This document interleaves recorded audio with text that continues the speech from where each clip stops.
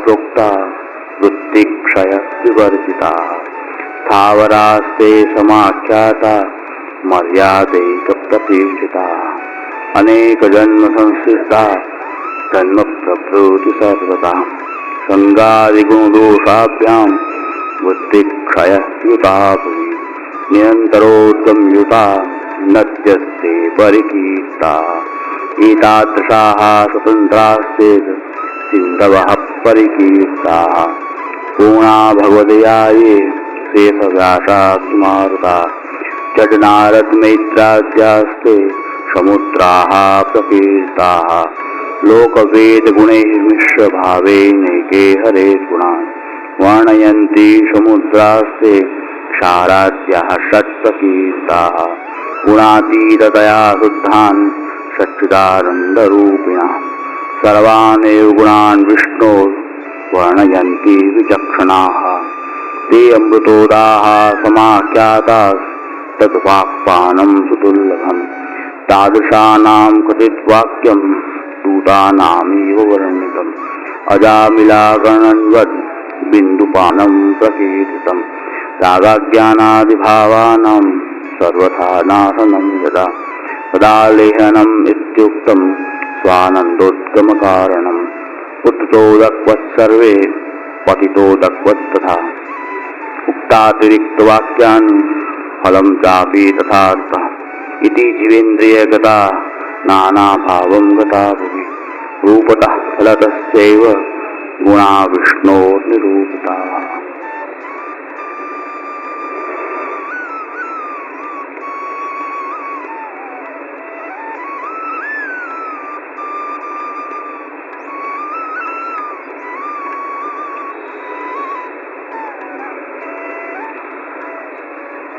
જલભેદની અંદર જલના ભેદો શ્રી આચાર્યચરણ અહીં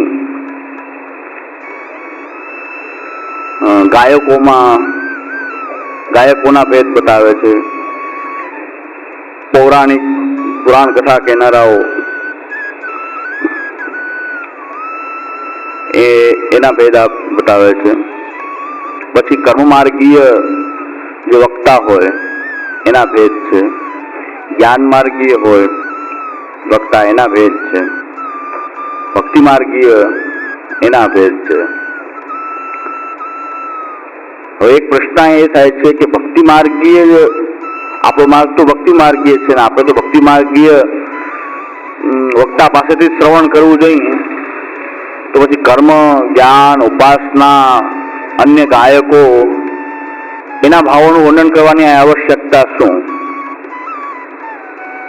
ખાલી ભક્તિ માર્ગીઓના જ ભેદ બતાવી દે તો ચાલે ને? કારણ કે આપણે તો ભક્તિ માર્ગીઓ પાસેથી શ્રવણ કરવાનું છે. અન્ય કર્મ માર્ગીય વક્તા ગમે તેવો હોય સારો, પણ આપણે એની પાસેથી શ્રવણ કરવાનું કંઈ કારણ હોતું નથી. કારણ કે ભક્તિ માર્ગીય તો ભક્તિ માર્ગીનો સંગ કરવો જોઈએ, કારણ કે ભક્તિભાવ તો ભક્તિ માર્ગીય ના સંગમાં જ વધી શકે. તો ભક્તિ માર્ગીઓના જ ખાલી ભેદ બતાવ્યા હોત તો ચાલત, પણ કર્મ જ્ઞાન ઉપાસના અન્ય ગાયકો એના ભેદ બતાવવાની અહીં આવશ્યકતા શું? તો એ જ વસ્તુ આપણે જોઈએ કે પુષ્ટિ પ્રવાહ મર્યાદા ભેદ ગ્રંથની અંદર ખાલી પુષ્ટિજીવોના જ ભેદ બતાવી દે તો, પુષ્ટિજીવોના જ ખાલી એ ભેદ બતાવી દે તો ચાલે. કારણ કે આપણે તો પુષ્ટિ માર્ગીઓનું જ કામ છે ને, મર્યાદાને જાણવાની કે પ્રવાહને એનું વર્ણન કરવાની આવશ્યકતા શું? એવી જ રીતે અહીં પણ એવું જ છે કે કર્મ જ્ઞાન ઉપાસના ભક્તિ મર્યાદા માર્ગી ભક્તિ પુષ્ટિ માર્ગી ભક્તિ એ માર્ગમાં રહેલા વક્તાઓના ભેદનું વર્ણન અહીં મહાપ્રભુજી બતાવે છે. તો શ્રી ગુસાઈજી જેમ ભક્તિ અંશમાં આજ્ઞા કરે છે ગુસાઈજી કે કર્મ માર્ગીઓ જ્યારે ભગવાનના ગુણો વગેરેનું કીર્તન કરતા હોય ત્યારે એ લોકો પણ શ્રવણ કીર્તન સ્મરણ પાઠ સેવન અર્ચન વંદન દાસ્ય સખ્ય આત્મનિવેદન કર્મ માર્ગીઓ પણ જો કરતા હોય તો એ ભક્તિરૂપપણું એને પ્રાપ્ત નથી થતું, પણ કર્મ માર્ગીય પણ પ્રાપ્ત થાય. કર્મના અંગ રૂપે એ ભક્તિ કરતા હોય છે. ભગવાનનું નામ તો ત્યાં પણ ગુણાનુવાદ કરતા હોય કદાચ, પણ એને ભક્તિ માર્ગીય પણ નથી હોતું, પણ કર્મ માર્ગીય પણ પ્રાપ્ત થાય. પછી જ્ઞાન માર્ગીઓ પણ શ્રવણ કીર્તન વગેરે કરતા હોય તો એમનું કરેલું જે શ્રવણ કીર્તન જે છે એને જ્ઞાન માર્ગીય પણ છે. એ જ્ઞાન માર્ગના અંતર્ગત રહીને એ શ્રવણ કીર્તન વગેરે કરે છે. તો એ જે શ્રવણ કીર્તન વગેરે છે એને જ્ઞાન માર્ગીય પણ પ્રાપ્ત થાય. ભક્તિ માર્ગીઓ જયારે શ્રવણ કીર્તન કરે એમાં પણ પાછા મર્યાદા માર્ગમાં જેનું વર્ણન થયું છે એવા મર્યાદા ભક્ત જયારે ગુણગાન કરે ત્યારે મુક્ત થવા માટે ગુણગાન કરે, ભગવત સાયુજ્ય માટે ગુણગાન કરે. અને પુષ્ટિ માર્ગીય જયારે ભક્ત ભગવત ગુણગાન કરે ત્યારે ગુણગાનને એ ફળરૂપ માને. ગુણગાન એ ફળરૂપ છે, કથા એ ફળરૂપ લાગે ભગવાનના ગુણ, અને ભક્તિ માટે જ એ ગુણગાન કરે, ભક્તિને વધારવા માટે જ ગુણગાન કરે. અને અંતત પરાભક્તિની જ પ્રાપ્તિ કરવી એનું લક્ષ્ય હોય, ભગવત સ્વરૂપાનંદને પ્રાપ્ત કરવો એ જ એનું લક્ષ્ય હોય, મોક્ષ એમનું લક્ષ્ય હોતું નથી. તો એ પુષ્ટિ માર્ગીય ભક્ત હોય છે. બધા કરે છે તો ભગવાનના ગુણોનું ગાન બધા જ કરે છે, પણ એમના માર્ગ અનુસાર એમને તે પણ પ્રાપ્ત થાય છે. અહીં પણ એવું જ દેખાય છે કે કર્મ માર્ગીય વક્તા છે, જ્ઞાન માર્ગીય વક્તા છે, ઉપાસના માર્ગીય વક્તા છે, ગાયકો છે. તો આપણે એમ નક્કી કરી શકાય કે ગાયકોમાં આટલા પ્રકાર હોય એમાંથી આ ઉત્તમ, પછી કર્મ માર્ગીઓમાં આટલા પ્રકારના વક્તા હોય આ પ્રકારના, એમાં કર્મ માર્ગની અંદર આ ઉત્તમ. જ્ઞાન માર્ગીય જે વક્તાઓ છે એને અંતર્ગત આ જ્ઞાન માર્ગીય રીતે આ ઉત્તમ, તે જગ્યાએ આ ઉત્તમ. અને એમાં ઉત્તમ મધ્યમ ઘનિષ્ઠ ભાવ, કર્મ માર્ગીની અંદર ઉત્તમ મધ્યમ ઘનિષ્ઠ ભાવ. તો મહાપ્રભુજી વલ્લભાચાર્ય ચરણ આપણને આજુબાજુનું બધું જ બતાવે છે.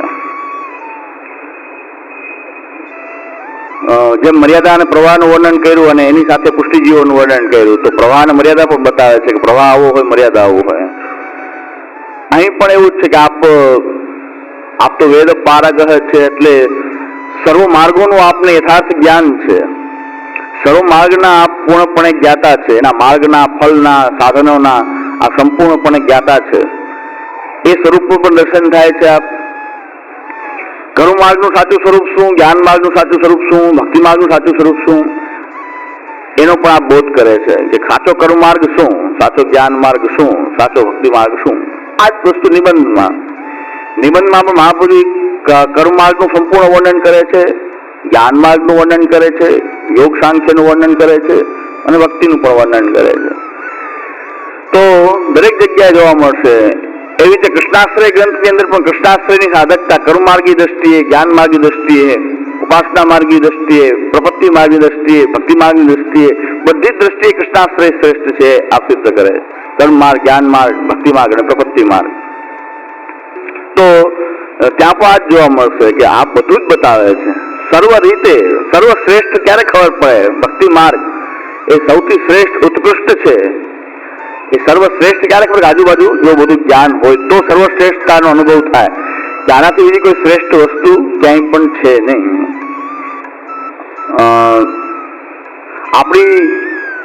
આપણી લાઈન જે છે સૌથી મોટી છે. આજુબાજુ બધી લાઈનો હોય તો ખબર પડે એમાંથી આ સૌથી મોટી લાઈન છે.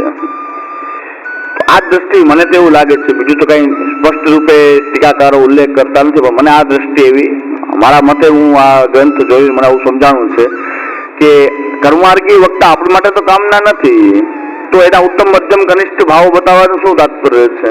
આપણે એનો સંગ તો કરવો નથી, પણ કર્મ માર્ગ શું છે, એમાં ઉત્તમ મધ્યમ ઘનિષ્ઠ ભાવો કેવા હોય, અને આપણે ઓળખી શકીએ કે આ ગુણગાન ગાનારો જે છે હકીકતમાં કર્મને પ્રાધાન્ય આપે છે. ભક્તિ કરતા કર્મને વધારે પ્રાધાન્ય આપતો હોય તો આપણને તરત જ ખ્યાલ આવે કે આ વક્તા જે છે એ કર્મને પ્રાધાન્ય આપે છે, એટલે કર્મ માર્ગને વધુ મહત્વ આપે છે. આપણે એના વક્તાના ભાવોથી આપણે જાણીએ કે ગુણગાન ગાય છે, સાચી વાત છે, પણ એને કર્મનું એ પ્રધાનતા છે. કોઈ ગાયક ગાન તાન કરીને ભગવત ખૂબ કીર્તન સંભળાવતો હોય, આપણે ત્યાં પણ કાર્યક્રમ થવા માંડ્યા છે ને, સુગમ સંગીતના આધારે કીર્તનો, સુગમ સંગીતની જેમ કીર્તન ગાવાની પદ્ધતિ, સુગમ સંગીત વાળા જેમ ગાતા હોય એવી રીતે આપણી ઓરિજિનલ કીર્તન પદ્ધતિ નહીં, એવા અલગ અલગ પ્રયોગો બધા કરતા હોય છે. અત્યારે શાસ્ત્રીય સંગીતમાં કીર્તનને લઈને કોઈ શાસ્ત્રીય સંગીત સમજાવતો હોય તો ત્યાં સંગીત મુખ્ય હોય, કીર્તન જે છે એ આ વચ્ચે જોડવામાં આવતું હોય એના અંગરૂપે. અને આપણી જે શૈલી જે છે ગાવાની, કીર્તન ગાવાની પદ્ધતિ, એમાં કીર્તન, ભગવદ વર્ણન, લીલા, ગુણ એની પ્રધાનતા છે. રાગ, તાલ, સ્વર વગેરે જે છે એના અંગરૂપે આપણે જોડીએ છીએ. એવી ભક્તિ માર્ગી કીર્તન પદ્ધતિ આપણી પુષ્ટિ માર્ગી કીર્તનની શૈલી છે. ઘણા લોકો સંગીતકારો એમ કહેતા હોય છે કે બધા રાગોને તમે તોડી મરોડીને ગાઓ છો, વ્યવસ્થિત ગાતા જ નથી. તમે જેને સારંગ કહો સારંગ નથી હોતો, તમે કહો આસાવરી એવો આસાવરી નથી હોતો. એ તમે અલગ જ પ્રકારથી ગાઓ છો બધા.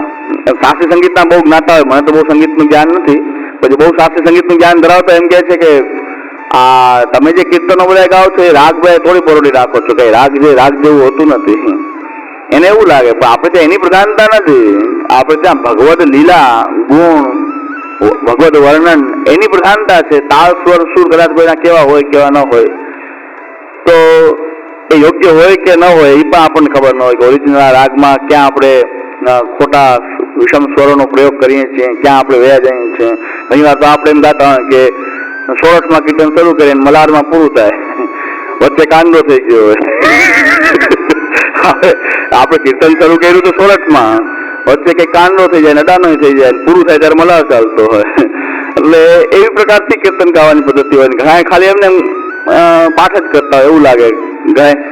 વૈષ્ણવના ઘરે ઠાકોરજીને કીર્તન આપણે જે સંભળાવતા હોઈએ એમાં કોઈ ખાલી પાઠ જ કરતો હોય એવું લાગે, કોઈ સ્વર તાલ, પણ એમાં કીર્તન છે તો પણ એ કીર્તન તો છે. હવે સંગીતની દ્રષ્ટિએ એ યોગ્ય ન હોય કદાચ. તો આ જ પ્રકારથી જે છે તો ગાયકો જયારે ભગવદ વર્ણનનું વર્ણન કરે છે એમાં કોઈ ગાયક ભગવદ કોઈક એમાં જે ઉત્તમ હોય એ ભગવદ વર્ણનાત્મક જે પદ જે છે એને મહત્તા આપતો હોય, તાળ સ્વર વગેરે જે છે એ એના અંગ રૂપે જોડતા હોય. તો એ ગાયકોમાં આ ઉત્તમનું વર્ણન આપણે કર્યું. ખૂબ ભેદાસ્તુ યાવંત સ્થાવંત સ્તેપી સંમતાઃ, પછી કુલ્યાઃ પૌરાણિકાઃ પ્રોક્તા પારંપર્યતા ભવિ ક્ષેત્ર પ્રવિષ્ટાસ્તે ચાપી સંસાર ઉત્પત્તિ હેતવા. કુવાનું જલ એના ભેદ જોયા. પછી નહેર, જે નહેર આવે છે કૃત્રિમ નદી, એ કૃત્રિમ નદી જે છે ઉપરથી જળાશયમાં શુદ્ધ પરંપરા શુદ્ધ હોય, ઉપરથી જલ શુદ્ધ આવતું હોય તો સ્નાન, આચમન, પાન બધામાં શુદ્ધિકરણ માટે બધામાં એ જલ ઉપયોગી થાય. પણ હવે એની અંદરથી એ નહેરમાંથી કોઈ કાલે કીધું ધોરીઓ કહેવાય, શું કહેવાય, હા, એમાંથી પોતાના ખેતરમાં વાળવા માટે જે એક ધોરીઓ બનાવે, ત્યારે એ જલ બીજા કોઈના કામનું નહીં, ફક્ત એના સંસારની ઉત્પત્તિ માટે જ છે. એના ધન ધાન્યની, એના ક્ષેત્રમાં, એના ખેતરને પરિપૂર્ણ કરવા માટે એ ઉપયોગી છે. તો ક્ષેત્ર પ્રવિષ્ટા છે. પૌરાણિકોનો ભાવ પણ જો ઉદર પોષણનો થઈ જાય, પરંપરાથી પુરાણનું જ્ઞાન ધરાવનારો ઉત્તમ ગુરુ પાસેથી શ્રવણ કરેલો, પણ એનો ભાવ જો ખાલી ઉદર પોષણનો, પોતાના પરિવારને પાલન કરવાનો જ થઈ જાય તો ક્ષેત્ર પ્રવિષ્ટાસ્તે ચાપી સંસાર ઉત્પત્તિ છે. તો સંસાર સિવાય બીજું કાંઈ ઉત્પન્ન કરી શકે નહીં. તમે પણ એનો સંગ કરો તો સંસાર એક તો હોય જ, એમાં વધારો થાય, બીજું કાંઈ ના કરી ના વાય. કથા સાંભળીને બીજું કાંઈ ન થાય કે ભગવાનના ગુણ સાંભળ્યા એવું નહીં, પણ ત્યાંથી તમારો સંસાર વધુ વધે. અત્યારની બધી ભાગવત કથાઓ વગેરે આ જ પ્રકારની થઈ ગઈ છે કે ફક્ત બધાએ પોતપોતાની એ સંસારને વધારે અને બીજા લોકોનો પણ સંસાર વધે, બીજું કાંઈ એનાથી થાય નહીં. આજકાલની બધી ભાગવત કથાઓનો જે ક્રેઝ ચાલે છે, સપ્તાહ વગેરે, એ પુષ્ટિ માર્ગીઓ માટે બિલકુલ શ્રવણ કરવા યોગ્ય નથી.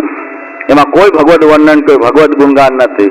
ફક્ત સંસારની ઉત્પત્તિ, સંસાર તો મોટું જ છે, એને વધારે પ્રગટ કરવાની જરૂર શું? વધારો કરવો હોય તો જવું. સંસાર જે ભેરો છે, ભેરું હોય, જેમ કે વાંદરો સ્વભાવે જ તોફાની હોય, વાંદરો એમાં દારૂ પીવડાવો, એમાં વૃશ્ચિક દંશ થાય તો પછી તો કેવો તોફાન કરે. એટલે વાંદરોમાં આપણે બધા વાંદરા જેવા તો હોય, સંસાર ભરેલો જ હોય. હવે ઉપરથી દારૂ વધારે પીવડાવો કથાનો, તો વાંદરો દારૂ પી જાય, પછી તો જે થાય એ જોવાનું. પછી તો જે કઈ થાય એ જ જોવાનું કે શું કરે કઈ નક્કી નહીં, દારૂ પી જાય પછી. એટલે આ પ્રકાર જે છે કે સંસાર જ વધારે છે. આવી કથાઓ ગુણગાન કરનારા પોતાને પણ સંસારની તૃપ્તિ માટે જ કરતા હોય, અન્યને પણ એનો એવું જ ફળ પ્રાપ્ત થાય, એનાથી કઈ ઉત્તમ ફળ પ્રાપ્ત થઈ શકે નહીં. એટલે આવી કથાઓમાં જવું એના કરતા ઘરે બેસી શ્રી કૃષ્ણ શરણામું કરવું, ધોળપદ બોલવા, 84-252 ને ભગવદ વાર્તાઓ વાંચવી, ભાગવતનો પાઠ પોતે કરવો, એ ઉત્તમ પ્રકાર આજના સમયમાં એ છે. કે પોતે જ ઘરમાં ભાગવત પારાયણ કરવું, નિત્ય ભાગવત પોતે સાથે બધાએ મળી બેસીને વાંચન કરવું, ભગવત ગુણગાન કરવું, શ્રી કૃષ્ણ શરણમ કરવું. તો આ જે છે સંસાર ઉત્પત્તિ હેત હોય. હવે એનાથી પણ નીચા આ જે સંસાર ઉત્પત્તિ માટે પૌરાણિકો જે કથા કરે એનાથી પણ નીચો પ્રકાર વેશ્યાદિ સહિતા મત્તા ગાયકા ગત સંગીતા જલાર્થમ એવ ગતાસ્તુ નીચા ગાનો ઉપજીવિના. વેશ્યાઓની સાથે એવી સ્ત્રીઓની સાથે રહેનારા લંપટ અને મત્ત થઈને ફરનારા, પોતાના સ્વરૂપનું ભાન પણ ભૂલી ગયા મત્ત થઈને ક્યારેક કોઈ ભગવત ગુણગાન લલકારતો હોય, કોઈ ડાયરાઓમાં જોવા મળે. ડાયરાઓમાં ઘણી વખત આપણે ભજન ગાતા હોય, ફૂલ પીધેલો હોય, ફૂલ મત્ત થઈને